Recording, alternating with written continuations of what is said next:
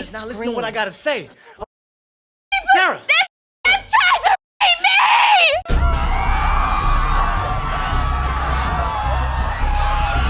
Okay, so today's lesson is about Black Wall Street. Come on out, boy! Okay, class. Let's exit in orderly fashion. Come on.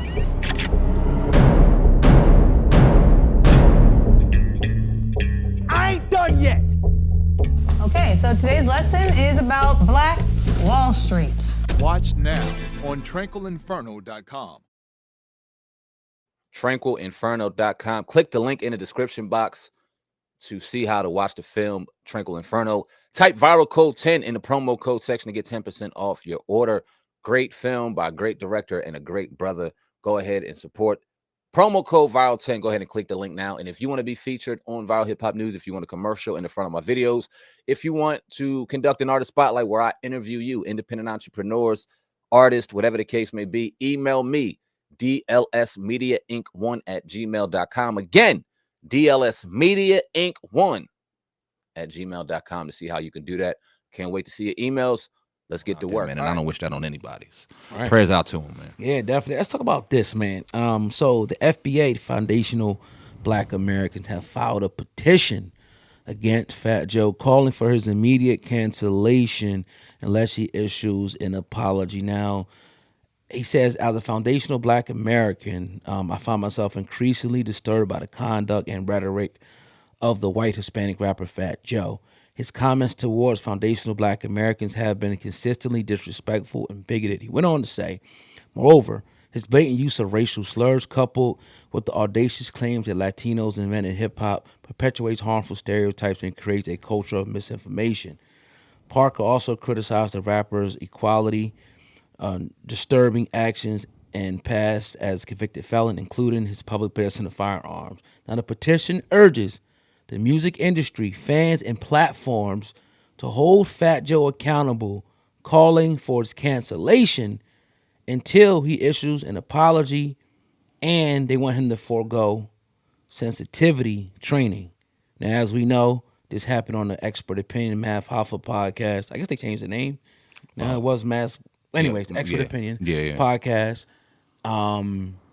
Yeah. So what's your thoughts on that? The FBA is now calling for the immediate cancellation of Fat Joe, unless he issues a public apology. All right. So let me say this. First off, I don't know everything about the FBA, the people who run it, and various things. I know there's a lot of bad and a lot of different things said about it on both ways. But let me say this when it comes to this situation. I applaud it. And I don't necessarily think that Fat Joe's a racist. I don't know the dude. I met him one time, and he seemed kind of standoffish. He was nice, but he seemed kind of standoffish to me. And you hear a lot of people vouching for him. You hear a lot of people going against him. But what I like about this is it seems like you have a sector of Black people who are finally sticking together and saying enough is enough. And we're not going to have anybody throw smut or dirt on our name. It reminds me of something that the ADL would do. I was thinking that, yeah. And they're fighting fire with fire, and they're using certain rhetoric and certain terms. And although it's like, damn, why? But it's smart because it's finally going, enough is enough. You will not talk about us in a negative light. You will not say these things. And even though you may not be racist, we going to make it look like you is as racist as we possibly can in order for you to stand down on some of the things you're saying. And maybe it'll start finally waking people up, even Black people, like, wait, hold on. No, we're not going to do this type of stuff. So I applaud it. I applaud the how they're going about it. I applaud the wording that they're using, even though, like I said, I don't know if Fat Joe is exactly what they're painting him out to be. How they're going about it reminds me of some ADL type stuff. And we've for years saying we need to kind of move like that so that people can stop disrespecting our name. And I could hope that this goes further and continues to move in this type of direction so that we can start putting a little more respect on our name. So in that regard, man, I agree with it. Yeah, and then we would be hypocritical if we didn't. Yeah. All the videos that we did, people can clip together stuff of us talking about we need this, the anti-death, we need to own this and that. And this is a form of that. I will say, like, people like, the NCAACP, whatever the hell it's called now. You ought to be ashamed of yourself. Where are you at? Mm-hmm. Where are all these organizations supposed to stand for Black people? You got this Foundational Black Americans, this organization actually speaking up and doing the things that are needed to protect the image of us. And you are nowhere to be found because a lot of these companies, organizations have been co-opted, have been turned over to people that are just not for us, that don't look like us. So again, I applaud it as well. You get a standing ovation from me because it's like, look, Deshaun Jackson, all these different people, you know, that said these little, you know, these comments, Kanye West, you know, remember some of these people that got, you know, put in the blender made insinuations. They didn't come out and just and come out and say it, boom. Nope. They made insinuations. They were made to apologize. They were made to, donate, you know, money and go through sensitivity training and all this. And they had to come back and drop to their knees and apologize. Mm-hmm. This should absolutely happen. Mm-hmm. Right? This should absolutely happen. So I'm proud of it.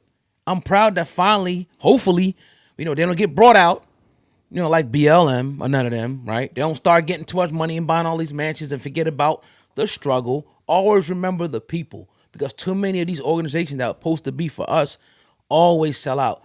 The ADL, they ain't never sell out. They're always for the people. Hell, we had somebody on, what was it? One of the Muhammads, one of the Gulf Nation of Islam, interview we did, that was under scrutiny with the ADL. Mm-hmm. I forget which one, maybe it been Nori or the other one. It wasn't Nori, it was Wesley.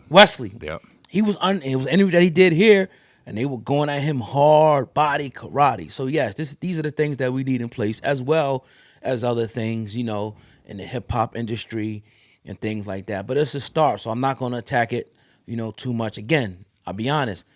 I don't know about the foundation. I don't know none of that, really stuff like that. It's something new that I heard on the internet, really dealing with Tariq Nasheed. Yeah. Honestly. But like you said, salute. If they're going to move like this. Oh, yeah. If they're going to move like this and we're going to, like, because they're attacking on Twitter and the back and forth on Twitter, I don't get down with that. But if you're going to start putting out stuff like this, oh, I can get behind some shit like this. Hold people to the fire, hold them accountable. Absolutely, he deserves it.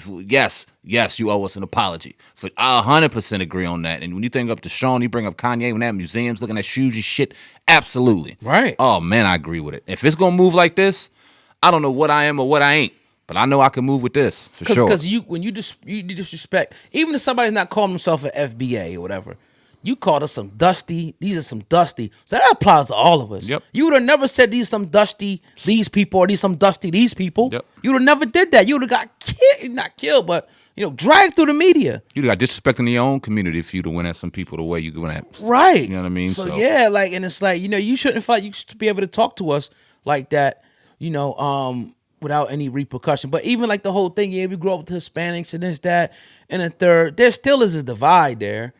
We was brothers and all that, but sometimes that brother shit don't always fall through. Because people start drawing lines in the sand real quick when it comes to certain things. You know what I mean? So let's keep it real with that. Yeah. You know? That is what it is. Yeah, definitely.